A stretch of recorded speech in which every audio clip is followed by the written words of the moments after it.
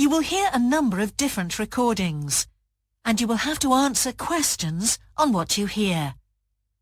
There will be time for you to read the instructions and questions, and you will have a chance to check your work. All the recordings will be played once only. The test is in 4 sections. At the end of the test, you will be given 10 minutes to transfer your answers to an answer sheet. Now turn to Section 1. Section 1. You will hear a man phoning to inquire about a job vacancy. First, you have some time to look at questions 1 to 4.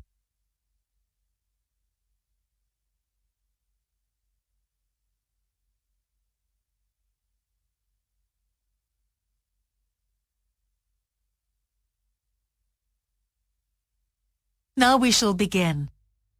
You should answer the questions as you listen, because you will not hear the recording a second time. Listen carefully and answer questions 1 to 4.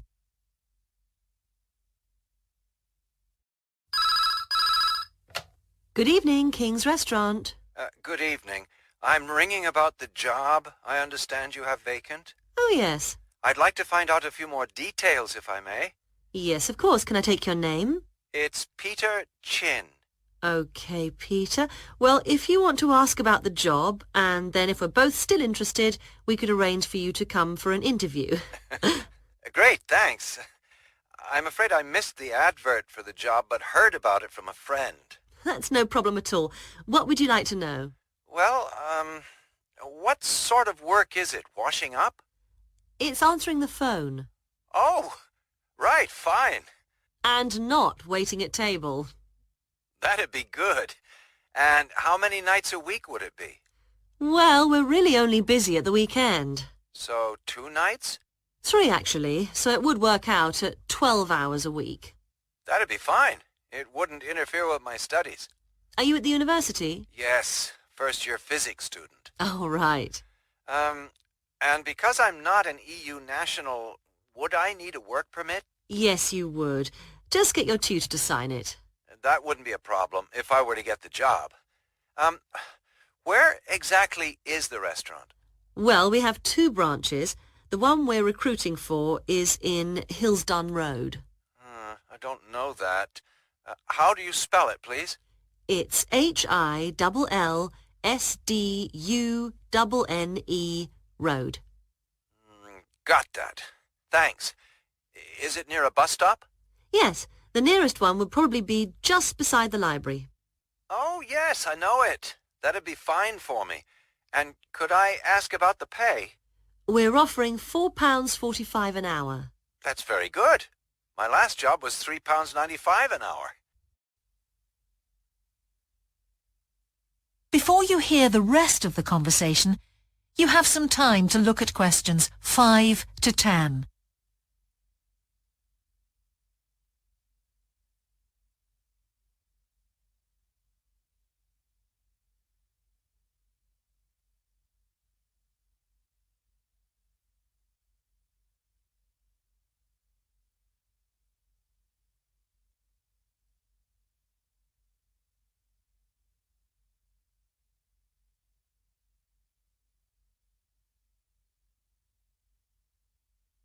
Now listen and answer questions 5 to 10. We feel it's pretty good, and we also offer some good fringe benefits. Really? Well, we give you a free dinner, so you eat well. Right. Better than hostel food. We certainly hope so. And we also offer extra pay for working on national holidays. Oh, that's a really good perk, isn't it? Yes, we think so. And then because of the difficulties of getting public transport, if you're working after 11 o'clock, we drive you home. Oh, that's good to know. Well, we'd certainly be interested in inviting you for an interview, if you're still interested. Oh, yes, certainly. Could I just also ask what qualities you're looking for? Well, for this particular job, we want a clear voice, which you obviously do have. Thanks. And you must be able to think quickly, you know. Well, I hope I... So, when could you come in for an interview? We're actually quite quiet tonight. Sorry, I couldn't come tonight. Or tomorrow, I'm afraid. Thursday's okay. That'd be 22nd of October? Fine. After 5 p.m.? Yes, fine. Would 6 o'clock be okay? Perfect. And could you bring along the names of 2 referees? Yes, that's fine. No problem. Good. I look forward to seeing you. Oh, by the way, who should I ask for? Oh, yes, of course. Sorry. My name is Samira Manuja. Can you spell that, please? M-A-N-U-J-A. Okay. I've got that. Thanks very much. Look forward to seeing you later on, then. That is the end of section 1. You now have half a minute to check your answers.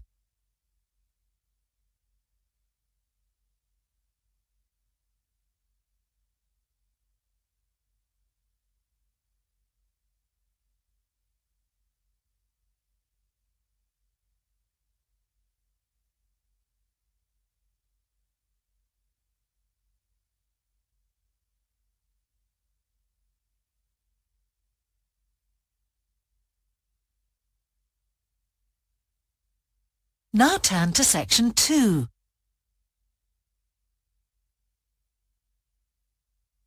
Section 2. You will hear part of a radio program about the opening of a new local sports shop. First, you have some time to look at questions 11 to 16.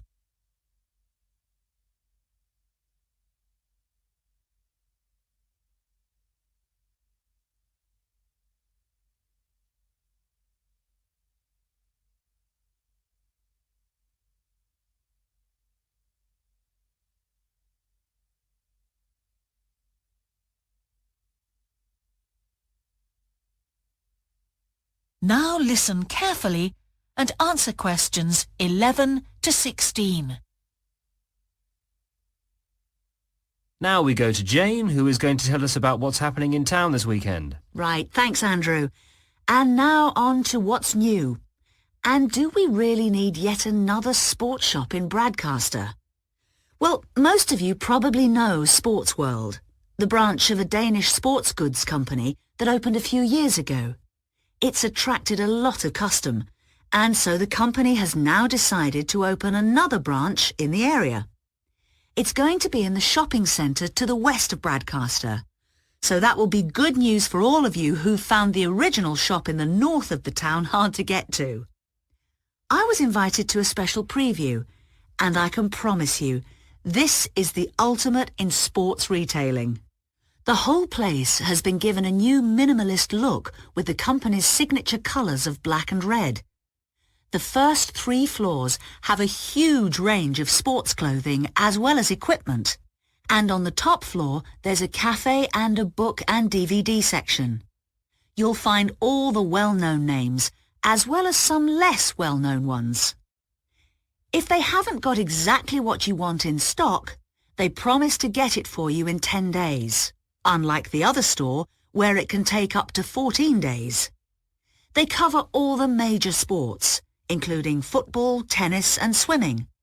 But they particularly focus on running, and they claim to have the widest range of equipment in the country.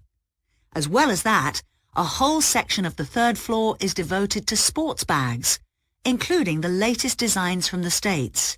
If you can't find what you want here, it doesn't exist. Before you hear the rest of the programme, you have some time to look at questions 17 to 20.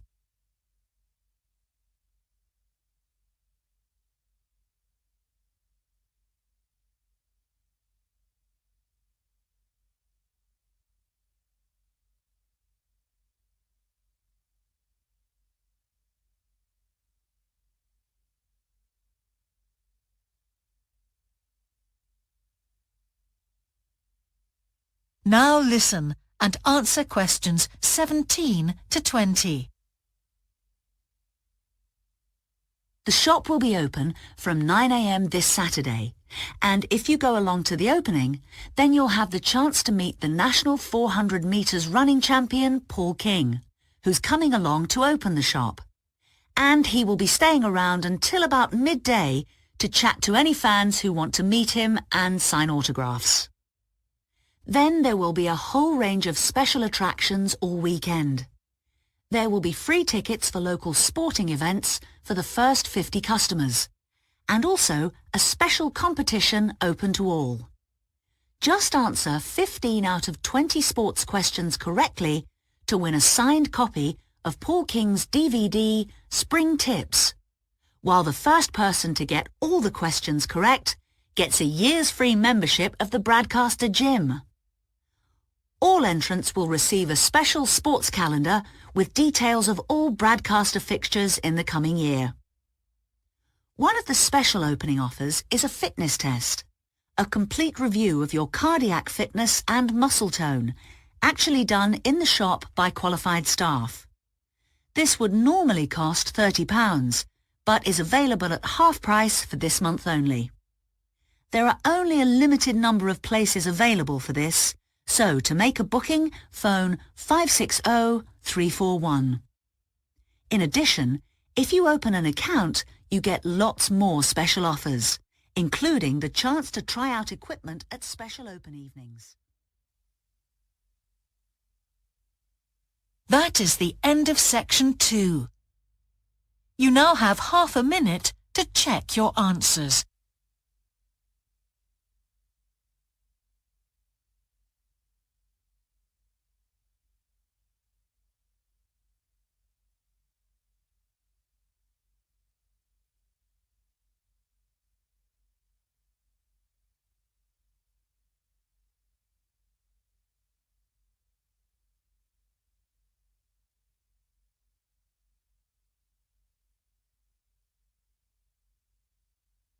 Now turn to section 3.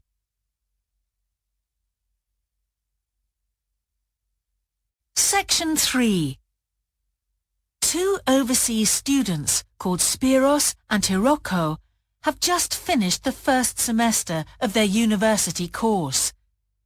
They are discussing with their English language teacher how they coped with the course. First, you have some time to look at questions 21 to 25.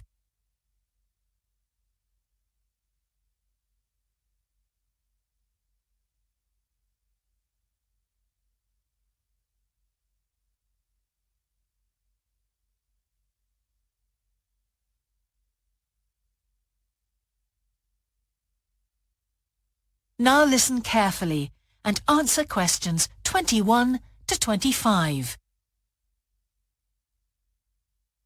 Before we start, Spiros and Hiroko, thanks for coming in today to talk about your recent study experiences, and congratulations to you both in doing so well in your first semester exams. Thank you.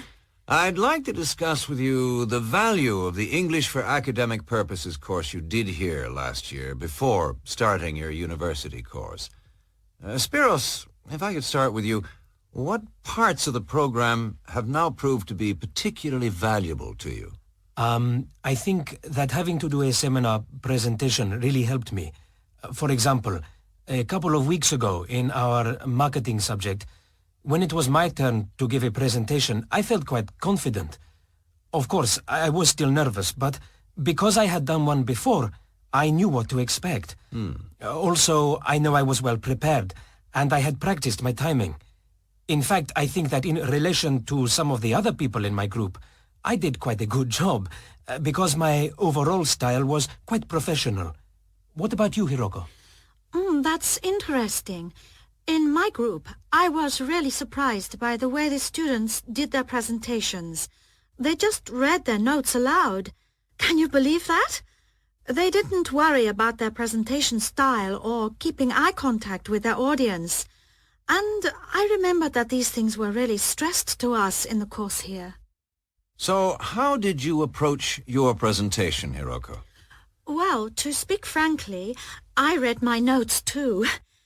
At the time, it was a relief to do it this way, but actually when I had finished, I didn't feel any real sense of satisfaction.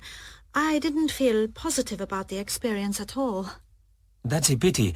You know, although I was pleased with my presentation, I am not so pleased with my actual performance right now in the tutorials. During the whole semester, I've not said anything in our tutorial discussions. Not a word. Really, Spiros? Why's that? Do the other students talk too much? It's partly that, but it's mostly because I have had no confidence to speak out. Their style of speaking is so different. It's not the style we were used to during the course.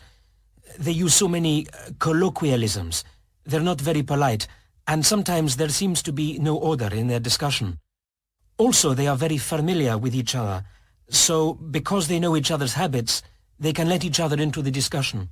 You're right, Spiros. I've experienced that too. Before you hear the rest of the conversation, you have some time to look at questions 26 to 30.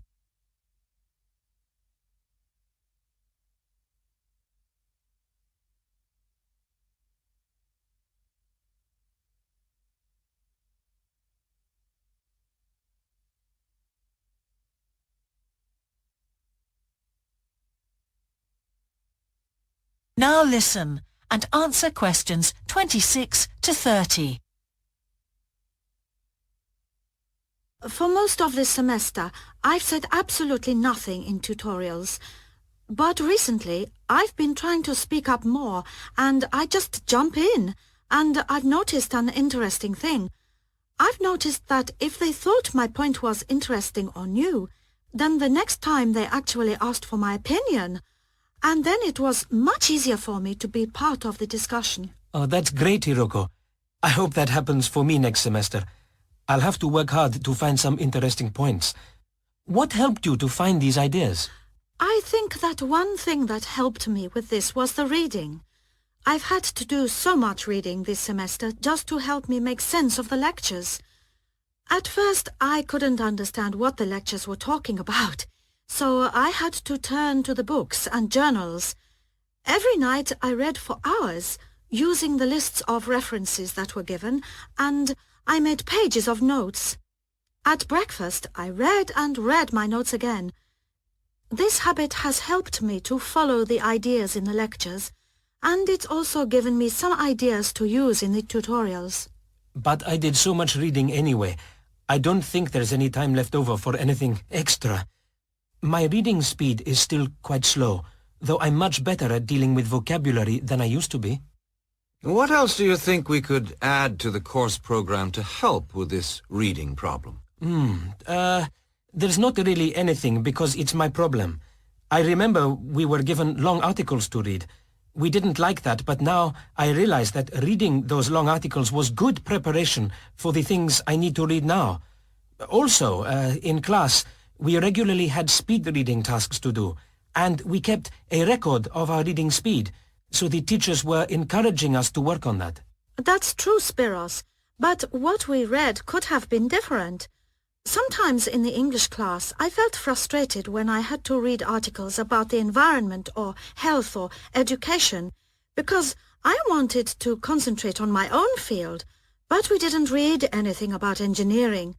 So I think I wasted some time learning vocabulary I didn't need. But surely the strategies you were taught for dealing with that vocabulary were helpful? Yes, but psychologically speaking, I would have felt much better working on reading from my own field. What do you think, Spiros? Oh, I agree. That would have helped my confidence too, and I would have been more motivated. It was good, though, that we could work on our own topics when we wrote the research assignments. Okay, let's move on to writing now. That is the end of section 3.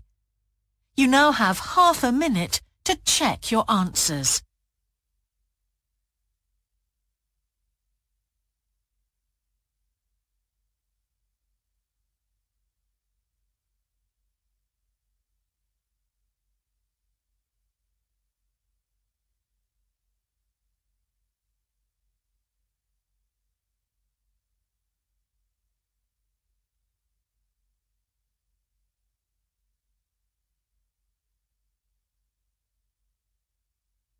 Now turn to section 4.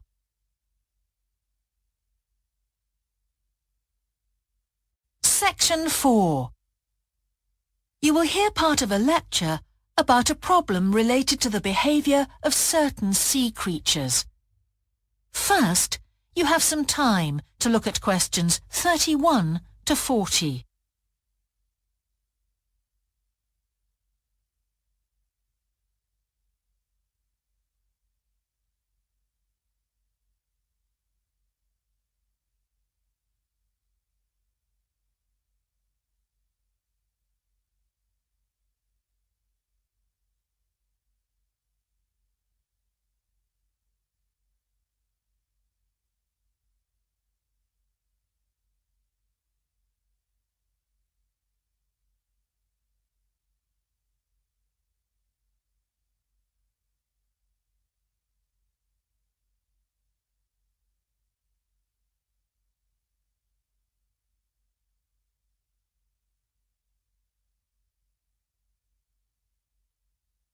Now listen carefully and answer questions 31 to 40. Good afternoon, everyone. Well, with some of you about to go out on field work, it's timely that in this afternoon's session I'll be sharing some ideas about the reasons why groups of whales and dolphins sometimes swim ashore from the sea right onto the beach and, most often, die in what are known as mass strandings. Unfortunately, this type of event is a frequent occurrence in some of the locations that you'll be travelling to, where sometimes the tide goes out suddenly, confusing the animals. However, there are many other theories about the causes of mass strandings. The first is that the behaviour is linked to parasites. It's often found that stranded animals were infested with large numbers of parasites. For instance, a type of worm is commonly found in the ears of dead whales. Since marine animals rely heavily on their hearing to navigate, this type of infestation has the potential to be very harmful. Another theory is related to toxins or poisons. These have also been found to contribute to the death of many marine animals. Many toxins, as I'm sure you're aware, originate from plants or animals. The whale ingests these toxins in its normal feeding behaviour, but whether these poisons directly or indirectly lead to stranding and death seems to depend upon the toxin involved. In 1988, for example, 14 humpback whales examined after stranding along the beaches of Cape Cod were found to have been poisoned after eating tuna that contained saxitoxin, the same toxin that can be fatal in humans.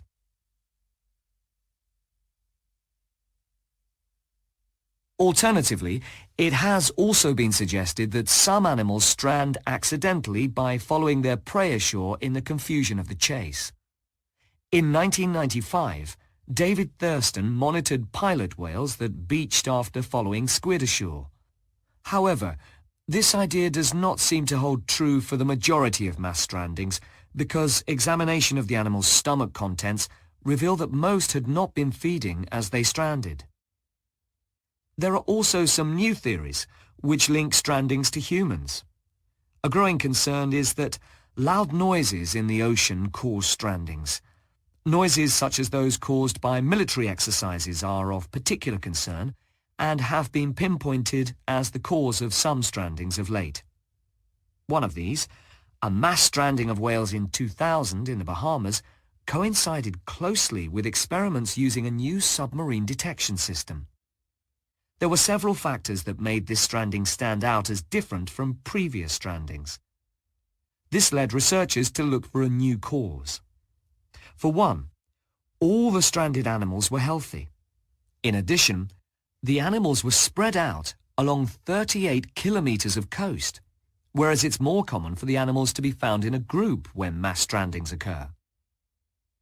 A final theory is related to group behavior and suggests that sea mammals cannot distinguish between sick and healthy leaders and will follow sick leaders, even to an inevitable death. This is a particularly interesting theory, since the whales that are thought to be most social, the toothed whales, are the group that strand the most frequently. The theory is also supported by evidence from a dolphin stranding in 1994. Examination of the dead animals revealed that, apart from the leader, all the others had been healthy at the time of their death.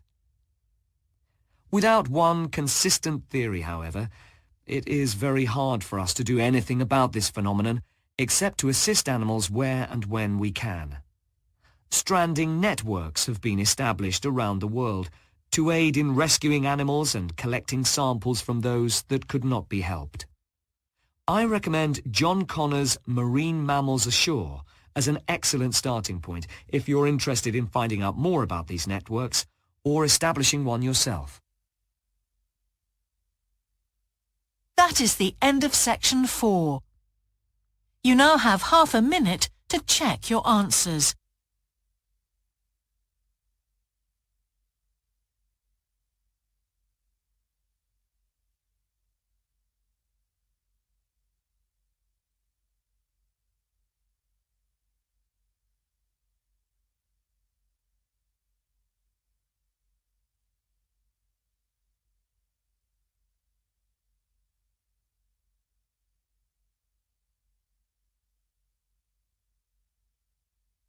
That is the end of the listening test. In the IELTS test, you would now have 10 minutes to transfer your answers to the answer sheet.